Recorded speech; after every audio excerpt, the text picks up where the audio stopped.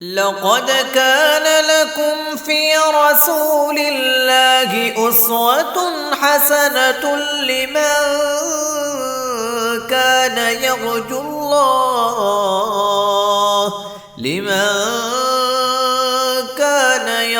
الله واليوم الآخر وذكر الله كثيرا.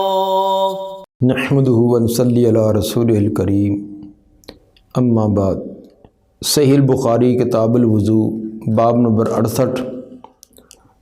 باب البول فی الماء الدائم.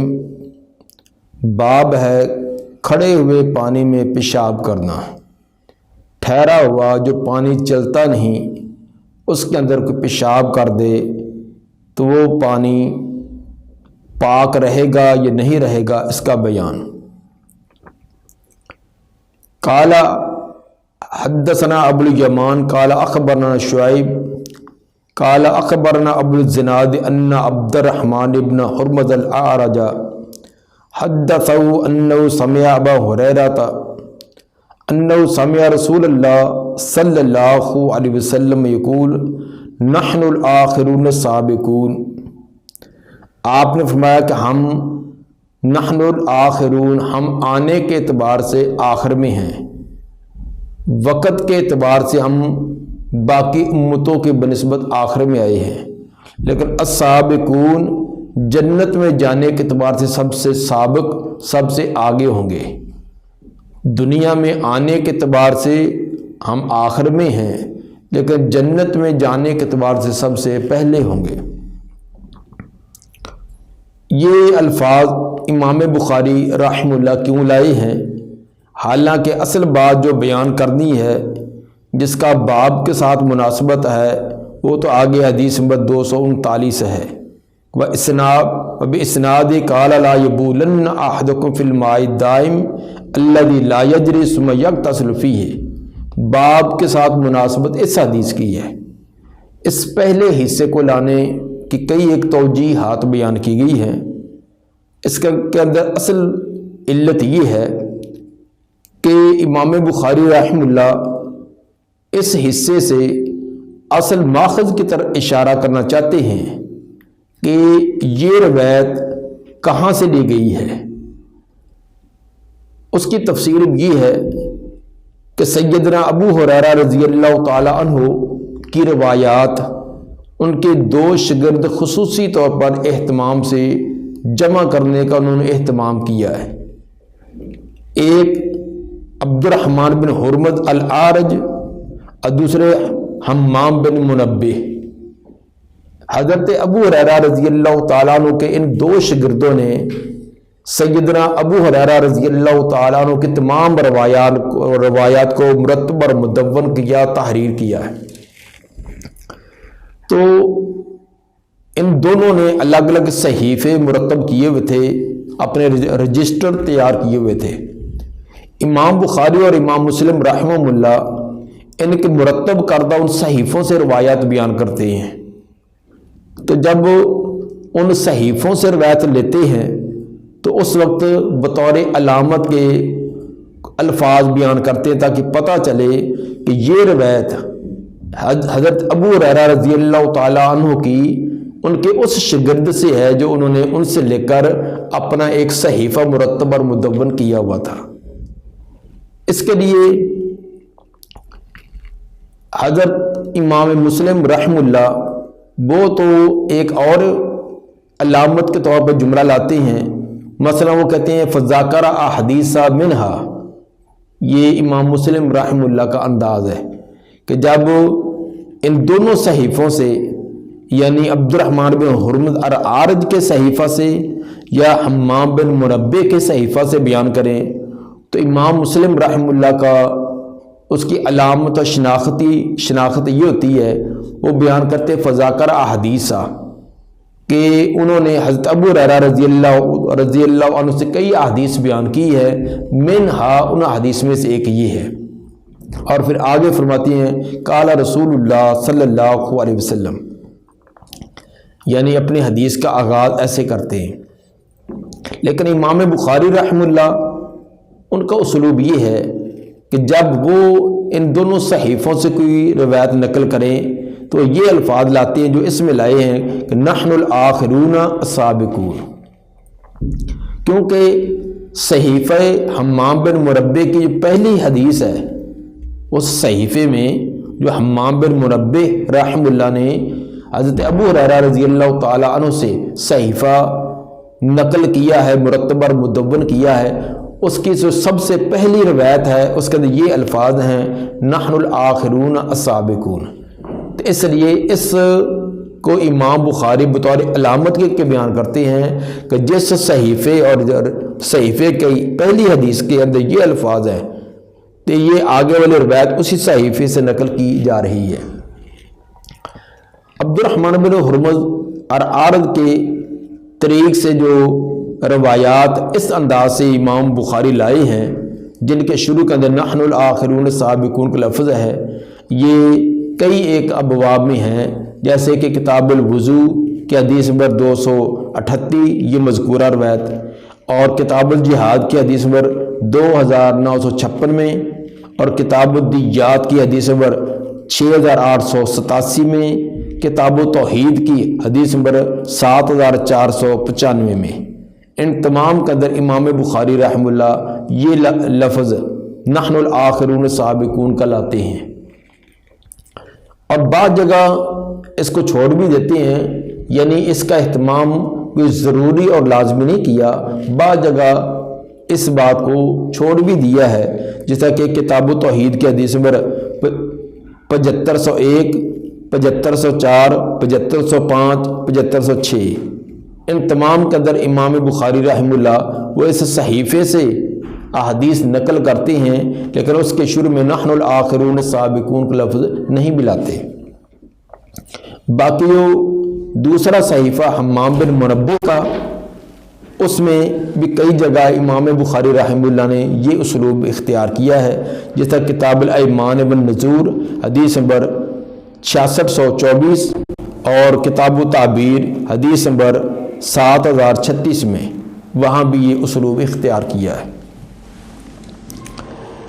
باقی رہا آگے جو اصل مسئلہ بیان کرتے تھے جس کی باب سے مناسبت ہے، وہ حصہ یہ ہے وہ بِإِسْنَادِ ہی اسی مذکورہ حدیث کی جو سند ہے جس کے اندر یہ نحن الآخرون السابقون متن بیان کیا ہے، اسی سند کے ساتھ وَبِإِسْنَادِ قَالَ اسی سند کے ساتھ یہ فرمایا لا یبولن احدکم فی الماء الدائم، ہرگز نہ پیشاب کرے تم میں سے کوئی ایک ٹھہرے ہوئے پانی میں الذی لا یجری جو کہ جاری نہیں چلتا نہیں، تم میں سے کوئی ایک ٹھہرے ہوئے پانی میں پیشاب نہ کرے۔ ٹھہرے ہوئے کی مزید آگے تاکید کر دی کہ الذی لا یجری، ٹھہرا ہوا پانی دو قسم کا ہوتا ہے، ایک ہوتا ہے ساکن اور ایک ہوتا ہے جاری۔ جیسے کہ تالاب کے اندر پانی ہے تو یہ ماء دائم ہے، ایک جگہ ٹھہرا ہوا ہے، لیکن یہ اس کا جریان نہیں ہوتا، بہاؤ نہیں ہوتا، اور ایک ٹھہرا ہوا جس کے اندر جریان ہوتا ہے، جیسے طرح کنویں کا پانی ہے، اس میں سے نکالتے جائیں تو نیچے سے اور پانی آ رہا ہوتا ہے، تو وہ جریان کے حکم میں ہے۔ تو یہاں وضاحت کر دی کہ وہ ٹھہرا ہوا پانی الذی لا یجری جو جاری نہیں ہے، اس کے اندر کوئی پیشاب مت کرے۔ ثم یغتسل فیہ، پھر اس کو غسل کرنے کی نوبت بھی پیش آ سکتی ہے۔ پانی میں پیشاب کرنے سے اس کے اوصاف ثلاثہ تبدیل ہو جاتے ہیں، اگر قلیل مقدار کے اندر رہتا ہے پھر تو پیشاب کا ایک قطرہ بھی گرتے ہی وہ نجس ہو جائے گا، اگر کثیر مقدار میں ہے تو پھر اس کے اوصاف ثلاثہ تبدیل ہونے پر وہ پانی نجس ہو جائے گا۔ تو اس لیے فرمایا کہ ٹھہرے ہوئے پانی کے اندر کوئی پیشاب نہ کرے، یہ اس کا غلط طریقہ ہوگا۔ بسا اوقات کسی کے ذہن میں ہوتا ہے کہ مجھے کون سے اس کے استعمال کی ضرورت ہے، جس طرح کہ دیہاتوں کے اندر ذمہ دار لوگ کھال وغیرہ کے اندر پانی ہے تو پہلے اس کے اندر کوئی نجاست گرا دی ہے یا کوئی اس کو صاف نہیں رہنے دیا، اس کے اندر کوئی چیز دھو لی ہے، تو اس وقت اس کے ذہن میں ہوتا ہے کہ میرے یہ استعمال کے یہ پانی استعمال والا نہیں ہے، لیکن کچھ دیر بعد 2-4 گھنٹے بعد اگلے دن پھر اس کو ضرورت بھی پیش آ سکتی ہے، پھر وہ پچھتائے کہ اس کو خود بھی میں نے پلید کر دیا ہے یا خراب کر دیا ہے، اب مجھے ضرورت پیش آئی ہے، تو اس لیے اس کو خود ضرورت پیش آ سکتی ہے، کسی اور اس کے ساتھی کو آ سکتی ہے، تو اس لیے پانی کو اس طرح ضائع کرنا، اس کے اندر کوئی خرابی واقع کرنا، یہ درست نہیں ہے۔ ثم یغتسل فیہ، پھر اس کو اس میں غسل کرنے کی نوبت پیش آ سکتی ہے، اسی دن یا کسی اگلے دن اس کو ضرورت پیش آ سکتی ہے۔ اس سے یہ ثابت ہوا کہ کھڑے ہوئے پانی کے اندر پیشاب کرنے کی ممانعت ہے، تو ثابت ہوا اگر پیشاب کیا جائے گا اس کے اوصاف ثلاثہ تبدیل ہو جائیں گے تو وہ نجس ہو جائے گا، اس لیے منع کر دیا کہ ایسا کام نہ کیا جائے جس کی وجہ سے پانی نجاست والا ہو جائے۔ ہمارے بہت سارے معاملات کے اندر کچھ افراط اور تفریط پایا جاتا ہے، تو اب اس روایت پر بھی اہل ظواہر نے بڑے عجیب قسم کے استدلال کر لیے ہیں جو انتہائی عجیب قسم کے ہیں۔ مثلا انہوں نے کہا کہ یہ چونکہ حدیث میں لفظ تک لا یبولن احدکم فی الماء الدائم، ٹھہرے ہوئے پانی کے اندر کوئی پیشاب نہ کرے، تو اگر برتن میں ٹھہرے ہوئے پانی کے اندر پیشاب نہیں کرنا، اگر کسی برتن کے اندر پیشاب کر کے اس پانی میں ملا دے گا تو وہ نجس نہیں ہوگا۔ یہ دیکھیے کیسے عجیب استدلال کر لیا۔ وہ کہتے ہیں کہ لفظ یہ ہے، ہم نے لفظوں کو دیکھنا، بس لفظ یہ کہ ٹھہرے ہوئے پانی کے اندر ڈائریکٹ کوئی پیشاب نہ کرے، اس کی ممانعت ہے۔ اگر کوئی برتن کے اندر پیشاب کر کے پھر اس کو اس کے اندر گرا دے گا تو اس کی ممانعت نہیں ہے۔ یہ کیسا عجیب استدلال کر لیا۔ پھر بعد نے یہ کہا کہ یہاں یہ آپ نے فرمایا کہ لا یبولن، پیشاب نہ کرے، تو باؤل جائے یہ چھوٹے پیشاب کو کہتے ہیں، تو براز پر یہ لفظ نہیں بولا جاتا۔ تو اہل ظواہر نے یہ استدلال کر لیا کہ اگر براز کرے، پاخانہ کر کے اس کے اندر کار دے یا گرا دے تو اس کی ممانعت نہیں ہے، اور نہ اس سے پانی نجس ہوگا۔ یہ بھی بڑا عجیب استدلال کر لیا، کیونکہ لفظ یہ دیکھ لیے کہ اس کے اندر الفاظ لا یبولن، کہ پیشاب نہ کرے، پیشاب کی ممانعت ہے، اس کے اندر پخانے کی تو ممانعت نہیں ہے۔ اسی طرح آگے بڑھتے ہوئے یہ بات بھی انہوں نے پھر کہہ دی کہ ٹھہرے ہوئے پانی کے اندر پیشاب کرنے کی ممانعت ہے۔ اگر کوئی آدمی ایک سائڈ پر کر دے تو اس کا پانی پیشاب بہہ کر پانی کے اندر چلا بھی جائے تو یہ منع نہیں ہوگا، کیونکہ ڈائریکٹ پیشاب کرنے کی ممانعت ہے۔ ایک آدمی ڈلوان والی جگہ پر بیٹھا ہے، اس کا پیشاب بہہ کر خود بخود پانی میں جا کر ملے گا تو یہ بھی ممانعت نہیں ہے۔ یہ ہمارے عجیب بعض لوگوں نے یہ استدلال کیا، حالانکہ یہ بات غلط ہے۔ مطلب یہ کہ کسی طرح بھی پیشاب ہے، پخانہ ہے، کوئی نجس چیز ہے، مردہ جانور ہے، کوئی بھی حرام چیز نجس ہے، تو اس کو پانی کے اندر ملا کر اس کو ضائع کرنا، خراب کرنا یہ درست نہیں ہے۔ اس کو یا اس کے کسی دوسرے ساتھی کو استعمال کی ضرورت پیش آ سکتی ہے۔ اور ادھر تدبر حدیث والے کو بھی بڑا تدبر آ گیا، انہوں نے بھی جلد 1 صفحہ 329 پر یہ بات کہہ ڈالی، کہتے ہیں کہ سوال یہ ہے کہ امام بخاری نے یہ 2 بے جوڑ باتوں کو یہاں کیوں ذکر کیا؟ 2 بے جوڑ باتیں، بے جوڑ کون سی؟ کہ پہلے حصے میں بیان کر دیا کہ نحن الاخرون سابقون، اور آگے والے حصے میں بیان کر دیا لا یبولن احدکم فی الماء الدائم الذی لا یجری ثم یغتسل فیہ۔ تو اس کا تدبر یہ بنا کہ یہ بے جوڑ ہے، کاش کو اس نے تدبر کیا ہوتا اس کو یہ بے جوڑ نظر نہ آتا۔ تو میں نے توجیہ بیان کر دی ہے کہ پہلا حصہ امام بخاری رحمہ اللہ یہ ثابت کرنے کے لیے لائے ہیں کہ یہ روایت جو آگے بیان کی گئی ہے یہ حضرت ابو ہریرہ رضی اللہ تعالیٰ عنہ کی ان روایات میں سے ہیں جو ان کے شاگرد 2 شاگرد حمام بن منبع اور اسی طرح عبد الرحمن بن حرمز الاعرج، انہوں نے جو صحیفے مرتب کیے ہوئے تھے یہ ان سے حدیث نقل کی جا رہی ہے۔ تو یہ بطور علامت و شناخت کے پہلا حصہ امام بخاری رحمہ اللہ نے بیان کیا، ورنہ مطلوب ان کا دوسرا حصہ ہی بیان کرنا تھا۔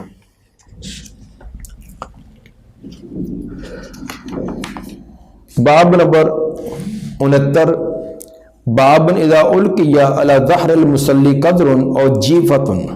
لم تفسد علیہ صلاتہ، باب ہے کہ جب نمازی کی کمر پر قدرن کوئی نجاست اور جیفتن یا کہ مردار پھینک دیا جائے، گرا دیا جائے، لم تفسد علیہ صلاتہ تو اس کی نماز فاسد نہ ہوگی۔ نمازی آدمی اپنی طرف سے وہ پاک کپڑے پاک جگہ پر کھڑا ہو کر نماز اس نے شروع کر دی،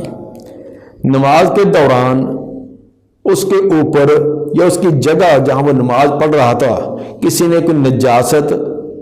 کوئی پلید چیز ڈال دی ہے، پھینک دی ہے، تو کیا اس کی پہلی پڑھی ہوئی نماز باطل ہو جائے گی یا نہیں ہوگی؟ امام بخاری رحمہ اللہ اس سے یہ ثابت کرنا چاہتی ہیں کہ اس سے نماز فاسد نہ ہوگی، جس طرح کہ شاہ ولی اللہ رحمہ اللہ نے بھی یہی امام بخاری رحمہ اللہ کا مقصد بیان کیا ہے۔ تو شاہ صاحب نے یہ فرمایا ہے کہ جو چیز ابتدائی نماز میں مانے تھی،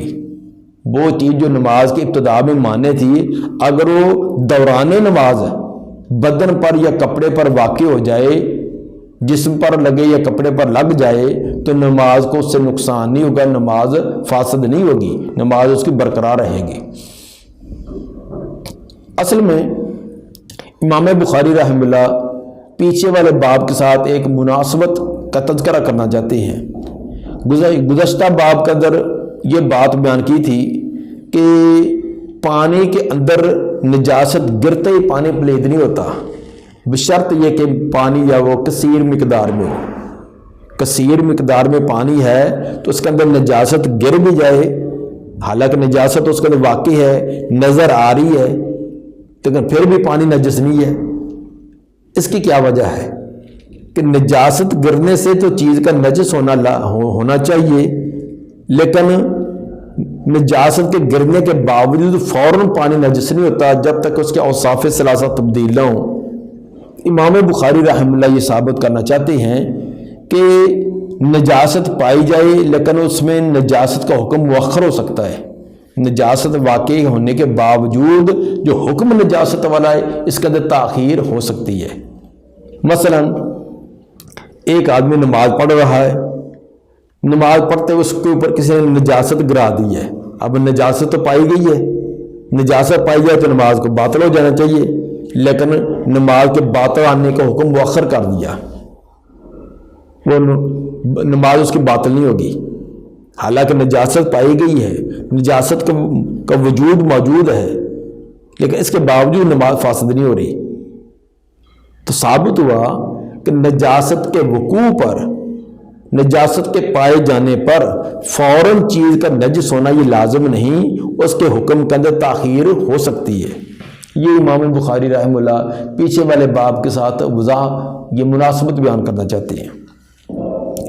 باب اذا القی علی ظہر المصلی قدر او جیفۃ،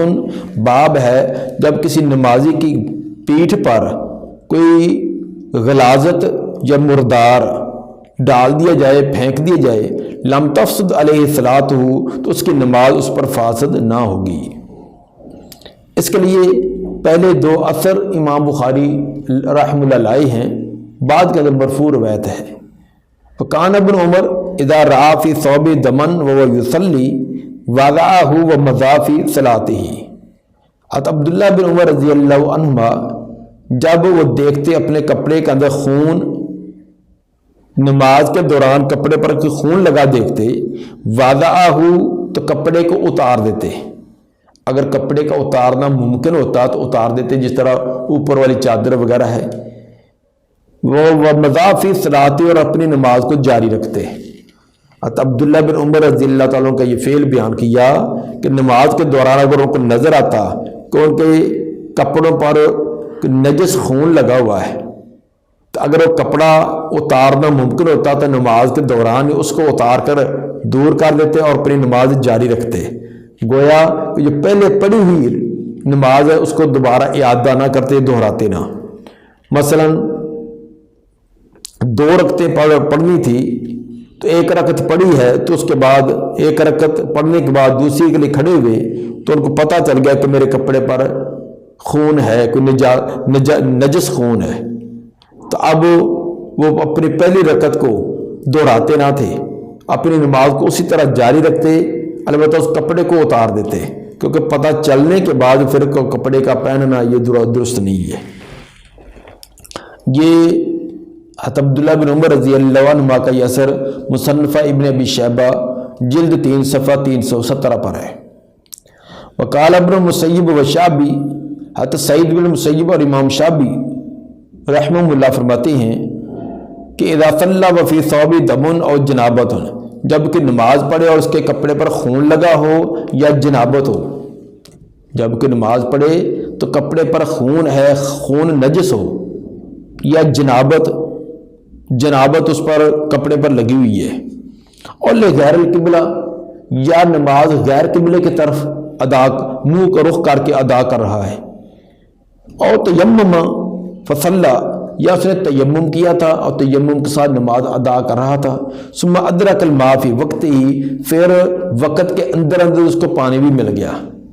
تیمم کر کے نماز شروع کر دی، کچھ نماز ادا کر لی اور اتنے میں پانی دستیاب ہو گیا، مثلا کوئی آدمی پہنچ گیا مشکیزہ لے کر، پانی لے کر آ گیا ہے، تو ان تمام مذکورہ صورت میں لا یعید، وہ حضرت سعید بن مسیب اور امام شافعی فرماتے ہیں وہ اپنی نماز کا اعادہ نہیں کرے گا، جو پہلے پڑھی ہوئی نماز ہے اس کو دوبارہ نہیں دہرائے گا۔ یہ قول بھی مصنف ابن ابی شیبہ جلد 3 صفحہ 463 اور مصنف عبدالرزاق حدیث نمبر 3692۔ ان دونوں اثروں سے یہ ثابت کیا کہ ہر وہ چیز جو نماز کے منافی ہے، اگر لا علمی کی وجہ سے، غفلت سے انسان کو علم نہیں ہو سکا، اسی طرح نماز شروع کر دی ہے، دوران نماز اس کو پتہ چلے تو پڑھی ہوئی نماز کا اعادہ کرنا، دہرانا لازمی نہیں ہے، ہاں البتہ پتہ چلنے کے بعد پھر اس چیز کو اتار دے، اس کو ختم کر دے۔ اس سلسلے میں جو مرفوع روایت لائی ہیں، حدیث نمبر 240، قال حدثنا عبدان سے مراد عبداللہ بن عثمان، قال اخبرنی ابی، عبدان فرماتے ہیں مجھے خبر دی میرے باپ یعنی عثمان نے، عن شعبہ عن ابی اسحاق عن عمرو بن میمون عن عبداللہ قال بین رسول اللہ صلی اللہ علیہ وسلم ساجد، ایک دفعہ کی بات ہے کہ رسول صلی اللہ علیہ وسلم نے سجدہ کیا۔ آگے ایک دوسری سند لاتے ہیں، قال وحدثنا احمد بن عثمان، یہ بھی تحویل سند کا ایک انداز ہے، تو بسا اوقات جہاں سے نیا راوی آیا ہے اس سے پہلے والی تحویل کر دی جاتی ہے، کبھی پوری سند بیان کر کے پھر دوسری سند بیان کر دی جاتی ہے، اور قاری جو ہے وہ خود ہی معلوم کر لیتا ہے کہ پیچھے مختلف سند کہاں سے آئی ہے اور آگے اتصال، آگے دونوں کی سند کا اکٹھی کہاں ہو رہی ہے۔ تو یہاں بھی جس طرح امام بخاری رحمہ اللہ کے استاد عبدان بیان کرتے ہیں، اس طرح ان کے دوسرے شیخ احمد بن عثمان بھی بیان کرتے ہیں۔ جو احمد بن عثمان بیان کرتے ہیں وہ کہتے ہیں حدثنا شریح بن مسلمہ قال حدثنا ابراہیم بن یوسف عن ابی ہے، ابراہیم بن یوسف اپنے باپ یوسف سے بیان کرتے ہیں، عن ابی اسحاق، یہ ابو اسحاق پر آ کر سند جمع ہوگی، پیچھے والی شعبہ بھی ابو اسحاق سے بیان کر رہے تھے، اور اس کے اندر جو ابراہیم بن یوسف کے باپ یوسف جو وہ ابو اسحاق سے بیان کر رہے ہیں۔ قال حدثني عمرو بن میمون ان عبداللہ ابن مسعود، ایک تو اس میں یہ امام صاحب دوسری سند لا کر فائدہ بتلانا چاہتے ہیں کہ پیچھے والی سند کے اندر ابو اسحاق جب وہ ان عمرو بن میمون سے ان کے ساتھ بیان کرتے ہیں، اور اس جگہ وہ قال حدثني عمرو بن میمون حدثني صیغہ تصریح سے بیان کرتے ہیں۔ دوسرا گزشتہ سند کے اندر ان عبداللہ، یہاں ان عبداللہ ہے، پیچھے پھر عبداللہ کی وضاحت نہیں تھی، عبداللہ سے مراد کون ہے، یہاں ان عبداللہ ابن مسعود یہ وضاحت ہوگی کہ عبداللہ سے مراد سیدنا عبداللہ بن مسعود رضی اللہ تعالی عنہ ہے۔ حدثوا ان النبی صلی اللہ علیہ وسلم کان یصلی عند البیت، وہ بیان کرتے ہیں کہ بے شک نبی صلی اللہ علیہ وسلم نماز پڑھ رہے تھے بیت اللہ کے پاس، وہ ابو جہل و اصحاب لہ جلوسن، ابو جہل اور اس کے کچھ ساتھی وہ بھی بیٹھے ہوئے تھے، ابو جہل اینڈ کمپنی وہ بھی ایک طرف بیٹھے ہوئے گپوں میں مشغول تھے۔ اذ قال بعضهم لبعض، اچانک ان میں سے کسی ایک نے دوسروں کو کہا، ایکم یجیء بصلاح جزور بنی فلان، تم میں سے کون ہے جو فلاں قبیلے کا جو اونٹ اس کا جو اوج پڑا ہوا ہے، فلاں قبیلے والے نے اونٹ کیا ہے، اس کے اونٹ کا جو اوج، اس کی انتڑیاں اور اس کا تمام غلاظت وغیرہ پھینکی ہے وہ اٹھا کر لائے، فیادعوہ علی ظہر محمد اذا سجدہ، اور وہ لا کر محمد صلی اللہ علیہ وسلم ان کی کمر پر رکھ دے، ڈال دے جب وہ سجدے میں جائے۔ ان ابو جہل اور اس کی باقی خبیث جو ساتھی تھے ان میں سے کسی نے یہ کہا کہ یہ یہاں ہمارے سامنے سجدے میں جاتا ہے، لمبے لمبے سجدہ کر رہا ہے، تو تم میں سے کون ہے جو لائے وہ فلاں جگہ فلاں موڑ پر ایک اونٹ کا اوج پر پڑا ہوا ہے، انتڑیاں شنتڑیاں بھی سارا کچھ اٹھا کر لائے اور انتظار کرے جب سجدے میں جائے تو اوپر رکھ دے۔ تو خبیث لوگوں کو شرارت کیسے سوجتی ہے، اب دیکھو ایک اٹھا بڑے تکلف سے اس کو اٹھا کر لایا ہے، بڑی محنت سے، بدبو بھی آ رہی ہے، لیکن ان کا آگے مقصد بڑا خبیث تھا، اس کے لیے سب کچھ کرنے کے لیے تیار تھے۔ فَانْبَعَثَ أَشْقَى الْقَوْمِ، جو اس قوم میں سے ان لوگوں میں سب سے بدبخت تھا وہ کھڑا ہوا، فَجَاءَ بِهِ، تو وہ اس کو لے آیا اٹھا کر۔ مراد سے عقبہ بن ابی معیط ہے کہ عقبہ بن ابی معیط جب کھڑا ہوا تو اس نے کہا کہ یہ کام میں سر انجام دیتا ہوں۔ فَنَاظَرَ حَتَّى إِذَا سَجَدَ النَّبِيُّ صلی اللہ علیہ وسلم، تو اس نے انتظار کیا، وہ تمام اوج وغیرہ اٹھا کر لے آیا اور آپ کے پیچھے آ کر کھڑا ہو گیا، انتظار کیا۔ جب سجدہ کیا نبی صلی اللہ علیہ وسلم نے، وَضَعَهُ عَلَى ظَهْرِهِ بَيْنَ كَتِفَيْهِ، تو اس نے آپ کی پیٹھ پر دونوں کندھوں کے درمیان رکھ دیا۔ وَأَنَا أَنظُرُ لَا أُغْنِي شَيْئًا، عبداللہ بن مسعود رضی اللہ تعالیٰ فرماتے ہیں کہ میں دیکھ رہا تھا لیکن میں آپ کا کوئی تعاون نہ کر سکتا تھا، میں کمزور آدمی، اگر آگے بڑھ کر کرتا تو پورے کے پورے مشتنڈے جو ہے وہ میرے خلاف ہو جاتے، تو ان کی خوف اور حیبت کی وجہ سے مجھے ہمت نہ ہوئی کہ میں آگے بڑھ کر یہ آپ کا کوئی تعاون کروں۔ وَأَنَا أَنظُرُ، اور میں دیکھ رہا تھا، لا أُغْنِي شَيْئًا، میں کوئی فائدہ نہیں پہنچا سکتا تھا۔ لو کانت لی مناتن، کاش کہ میرے میں کوئی قوت اور طاقت ہوتی، کاش میرے پاس کوئی قوت اور طاقت ہوتی، میرے ساتھ بھی کوئی دو چار ساتھی ہوتے تو پھر تو میں ہمت کرتا آگے، لیکن میں اکیلا اور جسمانی طور بھی کمزور، تو میں اکیلا کیا کر سکتا تھا۔ قال فجعلوا يضحكون، وہ شروع ہو گئے ہنسنے لگے، اور یحیل بعضهم علی بعض، اور بعض کے اوپر گرنے لگا، یحیل، ہنستے ہنستے ایک دوسرے کے اوپر گر رہے تھے۔ انہوں نے اس چیز کو بڑا ایک مشغلہ بنا لیا اور بڑے خوش ہو رہے تھے، اور اس بدبخت کو ایسے کرنے والے کو بڑے داد دے رہے تھے کہ تو نے بڑا کارنامہ سر انجام دیا۔ تو آج بھی بعض بدبخت ایسے ہوتے ہیں جو درویش قسم کے لوگ جو لوٹے مسلے والے ہوتے ہیں، کبھی ان کے کپڑوں پر ہنستے ہیں، کبھی ان کی داڑھی پر مذاق کرتے ہیں، کبھی جاتے ہوئے اس کو ٹھڈا لگا دیا، کبھی اور اس کو ہنسی مذاق کر دیا، کبھی اس کو کندھا لگا دیا، ایک ایسے شرارت کرے گا دوسرے پہ ہنسیں گے۔ تو کوئی نہ کوئی آج کے دور میں بھی اس طرح کے جو معزز لوگ ہیں، اسی طرح بزرگ آدمی کو جا رہا ہے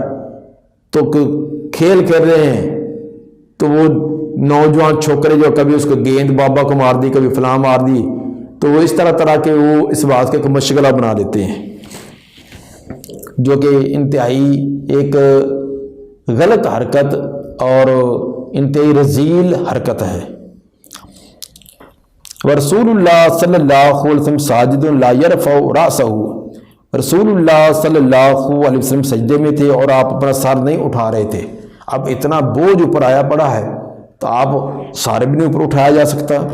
حتیٰ جاءت فاطمہ، تو یہاں تک حضرت فاطمہ رضی اللہ تعالی عنہا آئیں، کس نے جا کر حضرت فاطمہ رضی اللہ تعالیٰ عنہ کو بتلایا تو وہ دوڑی ہوئی آئی، فطرحت عن ظہری، تو انہوں نے اس تمام کے تمام اوج کو آپ کی کمر سے ہٹایا، فرافع راسہ، تو پھر آپ نے سر اٹھایا، ثم قال، پھر آپ نے فرمایا اللہم علیک بقریش، اے اللہ پکڑ لے ان قریشیوں کو، ان ظالم، یہ جماعت جو قریشیوں کے بیٹھی جنہوں نے یہ کرتوت کیا، یا اللہ ان کو پکڑ لے۔ ثلاث مرات، یہ 3 مرتبہ آپ نے بد دعا کی، تو ثابت ہوا کہ ظالموں کے خلاف بد دعا کرنا یہ جائز ہے، درست ہے۔ فشق علیہم اذا دعا علیہم، ان پر یہ بات بڑی شاک گزری جب آپ نے بد دعا کی ان پر، ان کو پتہ چل گیا کہ ہمارے خلاف ایسے بد دعا ہوئی ہے، تو ان کے رنگ بدل کے، تیور بدل گئے۔ قال وکانوا یرون ان الدعوۃ فی ذلک البلد مستجابۃ،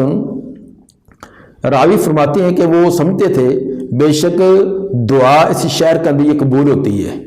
اس شہر کے اندر مکہ کے اندر کوئی دعا کی جائے تو قبول ہوتی ہے، خصوصاً نبی صلی اللہ علیہ وآلہ وسلم کی زبان سے نکلی بات تو لازمی پوری ہوتی تھی، اور یہ انہوں نے تجربات کیے ہوئے تھے۔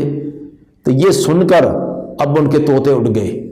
کہ ہمارے خلاف بد دعا ہوگی، اب ہماری خیر نہیں۔ ثم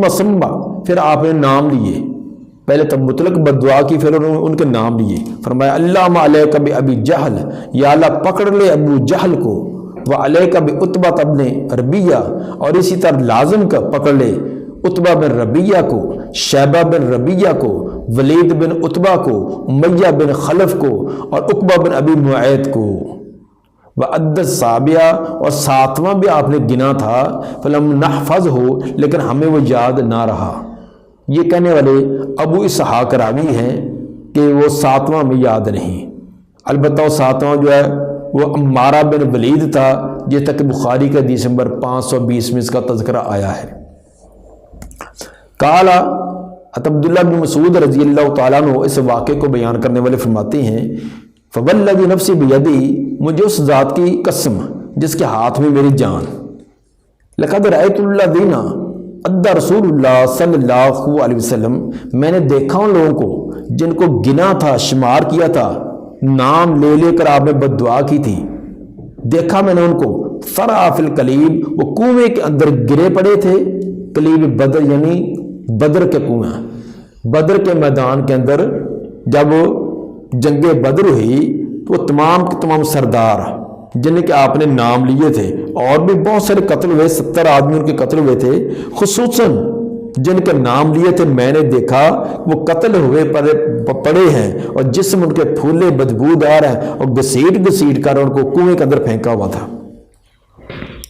گویا کہ نبی صلی اللہ علیہ وسلم نے جو بد دعا کی تھی وہ حرف بحرف اسی طرح پوری ہوئی، اور ان کا انتہائی برا انجام ہوا۔ اب حضرت عبداللہ بن مسعود رضی اللہ تعالیٰ فرماتے ہیں کہ میں نے ان تمام کو دیکھا، تمام سے مراد اس کے اندر اکثر مراد ہیں کہ اکثر ان میں سے تھے، کیونکہ عمارہ جو ہے وہ حبشہ کے اندر مرا تھا، وہ بدر کے اندر نہیں ہے۔ اس طرح عقبہ بن ابی معیط جو ہے یہ بھی کنویں کے اندر نہیں پھینکا گیا تھا، بلکہ یہ قیدیوں میں سے تھا، بدر کے جو قیدی ان میں سے قیدی تھا۔ ہاں البتہ قید کر کے جب مدینہ کے قریب پہنچے تھے تو وہاں نبی صلی اللہ علیہ وسلم نے بذات خود اس کو قتل کیا تھا۔ تو جو عبداللہ بن مسعود رضی اللہ تعالیٰ کا فرمانا ہے کہ ان کو میں نے دیکھا، تو دیکھنے سے اکثر، تو اس طرح کی موقعوں پر اکثریت والا حکم جو ہے وہ تمام پر کا لگا دیا جاتا ہے۔ یہ روایت امام بخاری 6 جگہ اور بھی لائے ہیں، تو اس سے ثابت یہ کیا ہے کہ نبی صلی اللہ علیہ وسلم نے نماز شروع کی ہے تو آپ کے جسم پر کوئی اوج وغیرہ بدبودار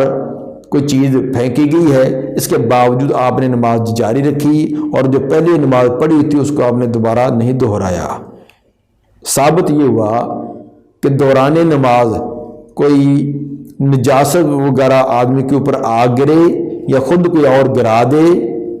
تو اس کی وجہ سے اس کی نماز پڑھی ہوئی جو باطل نہیں ہوگی، اس کو دہرانے کی ضرورت نہیں ہے۔ سبحان ربک رب العزت عما یصفون والسلام علی المرسلین والحمد للہ رب العالمین۔